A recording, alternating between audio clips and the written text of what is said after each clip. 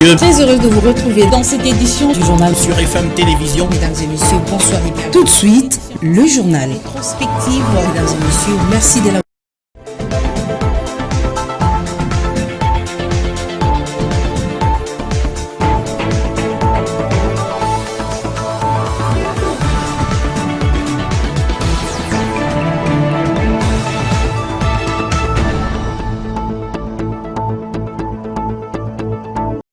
Merci d'être avec nous dans le cadre de cette grande édition du journal sur la FM Télévision. Mesdames et messieurs, bonsoir et bienvenue.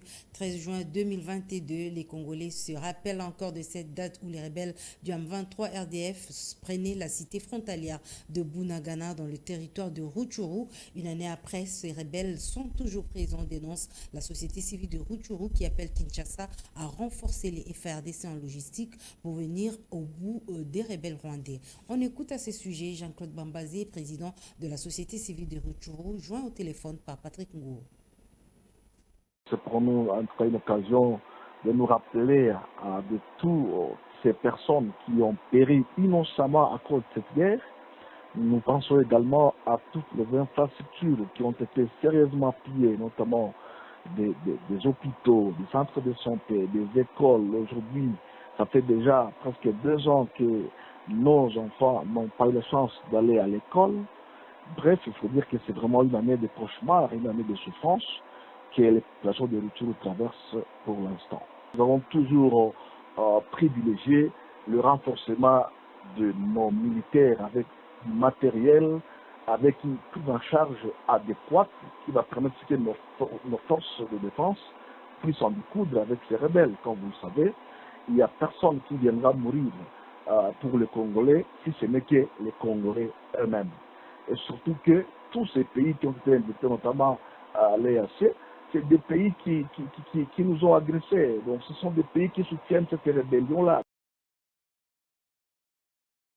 Tout à fait autre chose, le chef de la police de la ville de Kinshasa est conscient que la population n'est pas du tout contente du travail de ces hommes. Le général Silvano Kasongo l'a reconnu au cours d'une manifestation au Stade des Martyrs où il a demandé aux hommes en uniforme d'agir selon les serments qu'ils ont prêtés sous les drapeaux nationaux. On l'écoute.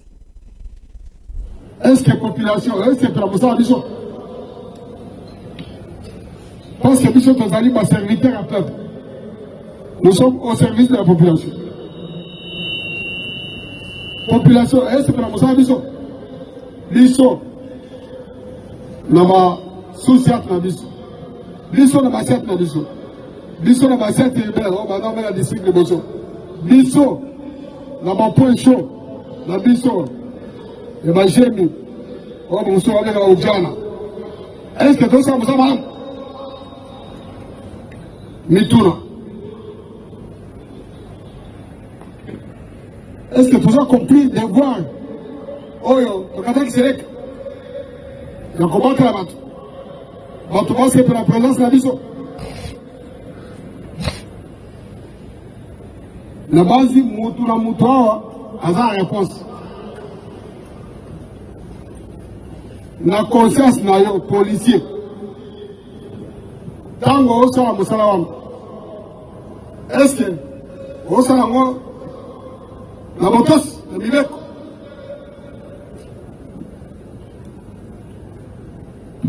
Ubi ozawa na kuna kuiba kaka. Isha polisi hawa na ba centre moko te na kisanyoni na kuiba. Eza moibi ya familia mino bote una familia mino. Parce que rapidité nene boiba kawana kofuye posho kutumbangu mbangu na imitation ki bokala jamwa. Formation moko te na mona batu na 1 minute ba de prios. Rapidité wana yakomoto mbangu awa na 1 seconde. Et puis l'enrôlement des électeurs se tiendra finalement à Kouamou dans la province de Maïndombe. La Commission électorale nationale indépendante, qui l'a annoncé dans un communiqué rendu public hier lundi, affirme que ce processus démarre d'ici le 26 juin prochain. On fait le point avec Ania Collet. Selon ces documents, le nombre d'électeurs entendus est 109 442, alors que le nombre des centres d'inscription grimpe de 52 à 130, tout en soulignant que le nombre de cultes d'enrôlement par centre d'inscription passe de 1 à 4. La centrale électorale a, au regard de cette augmentation du nombre de centres d'inscription et au nombre de kits d'enrôlement par centre d'inscription, revu la durée de l'opération d'identification et d'enrôlement des électeurs dans le territoire d'Ekwamout qui est de 15 jours, soit du 26 juin au 10 juillet. En outre, la CENI invite les autorités politico-administratives du territoire de Kwamouth à bien vouloir faciliter les bons déroulements de l'opération d'identification et d'enrôlement des électeurs dans cette contrée du pays. De ces faits, la CENI invite les Congolais qui, remplissant les conditions requises et habitant le territoire de Kwamouth, à se faire identifier et enrôler au centre d'inscription le plus proche de leur résidence à l'intérieur de leur groupement ou commune. Lors de son dernier passage dans le territoire d'Ekwamout, qui a connu des tensions intercommunautaires, le vice-premier ministre en charge de l'Intérieur, Peter Kazadi, a estimé que le calme est totalement de retour dans la contrée et invite la population à regagner son habitation. Sans surprise, les sénateurs membres du FCC ont boycotté la séance plénière consacrant l'examen en seconde lecture du projet de loi portant répartition des sièges. Les adeptes de Joseph Kabila remettent en cause tout le processus électoral ayant abouti à ce texte. Suivez la sénatrice Francine Mouyumba qui explique que l'enrôlement des électeurs s'était déroulé dans un contexte de fraude. L'enrôlement des électeurs qui aboutit à un projet de loi sur la répartition des sièges que le Sénat examine en ces jours s'est déroulé dans un contexte de fraude, d'amateurisme et l'absence criante d'un audit externe crédible les rendant non fiables. Le temps pour les détails fait défaut, honorable président. Tout ceci démontre le caractère peu fiable du processus électoral qui présage des élections chaotiques et frauduleuses dans notre pays. Nous n'allons pas accepter cela, honorable président. C'est pourquoi, tout en refusant d'accompagner la dictature actuelle, le sénateur membre du Front commun pour le Congo, FCC en sigle, décide de ne pas participer, comme vous le savez, à l'examen et au vote d'un projet de loi déjà biaisé et corrompu. Tout à fait autre chose, il fait froid le matin comme le soir tous ces derniers jours. C'est donc la saison sèche à Kinshasa. Même s'il fait beau pendant cette période, les maladies saisonnières rôdent également autour des ménages. On en parle avec Blaise Ngongo et Samuel Ilunga. La fraîcheur observée chaque matin et soir, la poussière due à l'absence de la pluie, mais aussi le changement de tenue dans les rues de Kinshasa, voilà ce qui caractérise la saison sèche. Mais seulement, elle entraîne également des problèmes sanitaires. Pour des prurites, il se sent gêné dans la peau, il se gratte ici et là dans le corps. Parfois, il se présente avec des lésions de grattage. Il y en a qui viennent nous voir avec la toux. Il y en a qui viennent avec les nez qui coulent déjà. Pendant cette période, toutes les catégories de personnes sont exposées à des maladies. Hommes, femmes, jeunes et vieux, mais beaucoup plus les enfants. C'est une maladie. Je l'avais bien protégée, mais c'est la période où nous sommes de la saison sèche qui vient avec tant de maladies. C'est pourquoi il est tombé malade. Nous devons protéger les enfants pendant cette période contre les poussières. D'autre part, les personnes souffrant notamment de rhumatisme éprouvent plus de difficultés pendant cette saison. Pendant la saison sèche, nous qui souffrons de rhumatisme, on souffre beaucoup plus de douleurs intenses, surtout sur les articulations. Les précautions que les médecins nous ont données sont entre autres de bien se couvrir avec des couvertures lourdes. Prendre quelques mesures qui s'imposent pour se protéger durant ce moment, c'est ce que recommandent les médecins. Le froid intensifie la douleur en cas de rhumatisme. Évitez le froid, surtout évitez le froid. Mon conseil est que les mamans doivent bien protéger nos enfants, surtout les petits-enfants, contre le froid. Pour rappel, selon les experts, ce changement climatique va du 15 mai au 15 août. Parlons à présent de la pénurie d'eau dans certains coins de la capitale. Dans la commune de Kisinso, par exemple, les habitants du quartier Mboukou dénoncent l'abandon de la régie des eaux au sujet de leur calvaire de manque d'eau criant. Leur seul refuge, c'est les eaux de forage. Reportage Pierre Kouloumissa et Rabi Fouka. Cet tuyau n'est pas celui de la régie des eaux, mais du forage. Depuis belle lurette, les habitants du quartier Mboukou n'ont pas vu de leurs yeux l'eau provenant de la régie des eaux, mais ne vivent que de l'eau des forages créée par la fondation qui distribue de l'eau dans différentes avenues. Nous n'avons pas d'eau. Ça fait longtemps qu'on avait l'eau de la régie des eaux, mais qui n'existe plus maintenant. Les robinets ne sont que des échantillons dans des parcelles.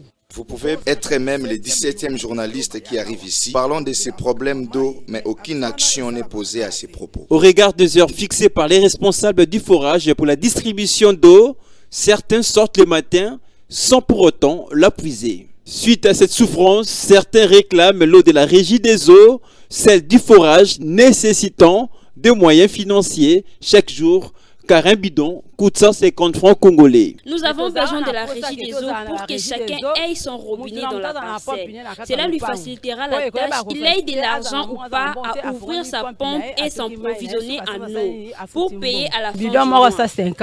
Pourtant, quelques habitants de la zone disent avoir été déjà entendus par plusieurs autorités et la presse, mais en vain. Pour rappel, le directeur général de la régie des eaux, David Chulumba, avait annoncé récemment que la desserte en eau potable s'est améliorée à près de 70% à Kinshasa.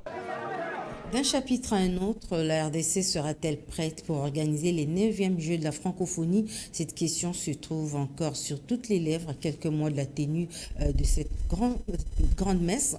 Mais au ministère des Sports, on est rassurant. Je vous propose de suivre le directeur de cabinet du ministre des Sports, Zenon Kabamba. Il est l'invité de l'entretien du journal.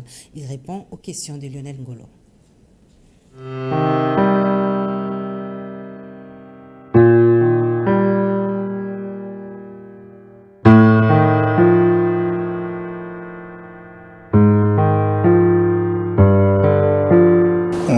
Merci d'abord, je vous remercie pour l'intérêt que vous avez porté sur l'organisation des préparatifs des Jeux.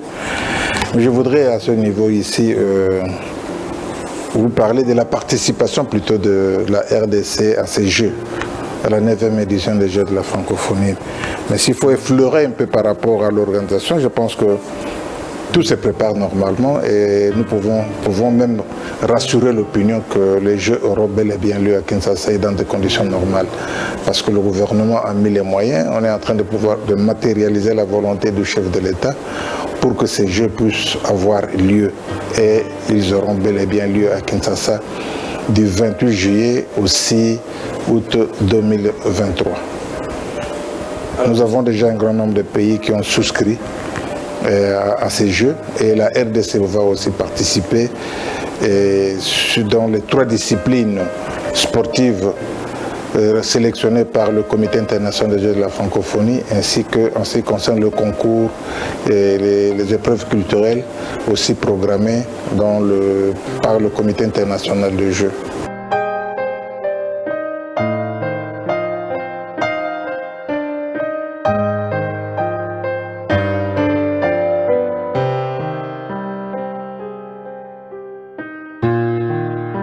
Les fédérations sont prêtes depuis que nous avions obtenu l'organisation des Jeux parce qu'il y avait et l'organisation et la participation. Nous avons souscrit à participer à ces Jeux dans les 9 disciplines inscrites au programme des Jeux. Les athlètes se préparent déjà, évidemment sous la supervision de leurs responsables de la fédération. Toutes les fédérations ont mis les moyens pour que les enfants puissent se préparer en attendant la prise en charge par le gouvernement. Je pense au niveau du ministère, avec l'insistance, avec les orientations du ministre, nous avons déjà préparé les états des sommes qui sont déjà entrés. Nous attendons, dès que les moyens seront mis à notre disposition, les enfants seront mis dans un camp d'entraînement pendant au moins une trentaine de jours pour leur permettre de bien se préparer et être performants lors des Jeux qui vont démarrer. Et dès qu'ils entrent au camp d'entraînement, au sortir du camp d'entraînement, ils iront directement au village des Jeux pour participer maintenant à la 9e édition des Jeux.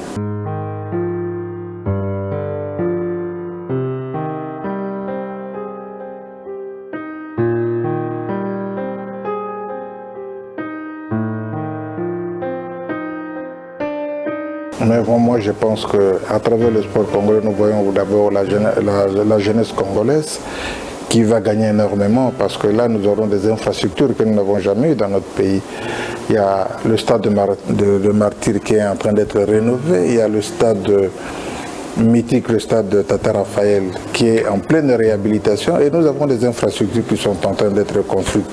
Par exemple, le village de jeux qu'on construit au niveau du stade de Tata Raphaël, ça peut accueillir 3000 personnes. Donc ça nous permettra, lorsque nous voulons organiser des grandes compétitions, des grands événements sportifs, d'avoir déjà un cadre d'accueil pour le logement, l'hébergement et la restauration de ceux qui voudront participer à tout événement que nous pourrons organiser. Et là, nous envisageons déjà, après les Jeux organisés, les Jeux congolais pour permettre aux enfants de se préparer pour participer aux Jeux africains du mois de mars de l'année prochaine.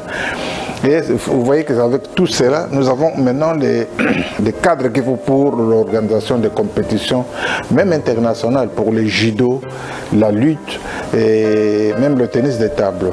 Le basket, le stadium est rénové. Nous avons maintenant 2 gymnases qui peuvent accueillir des compétitions de manière simultanée et permettre aussi au public de se trouver dans des conditions normales, même autant que les athlètes qui vont participer aux différentes compétitions que nous aurons organisées. C'est ça le grand acquis de 9e Jeux de la francophonie. C'est un legs important que le pays pourra bénéficier de cette 9e édition des Jeux que nous allons accueillir cette année.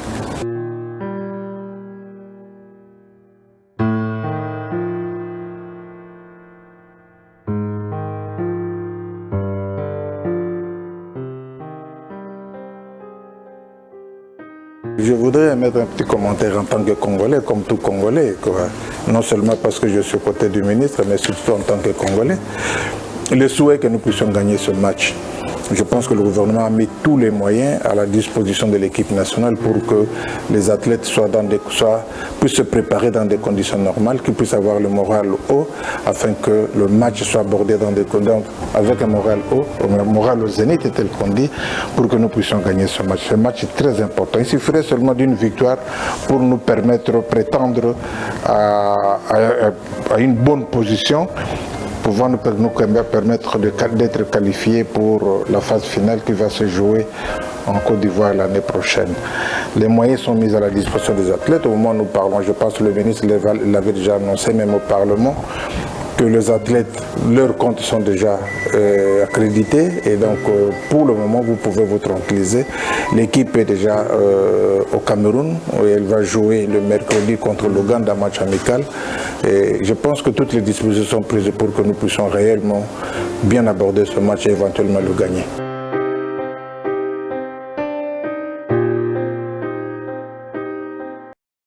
Ainsi se termine cette grande édition du journal. Mesdames et messieurs, merci de votre aimable attention.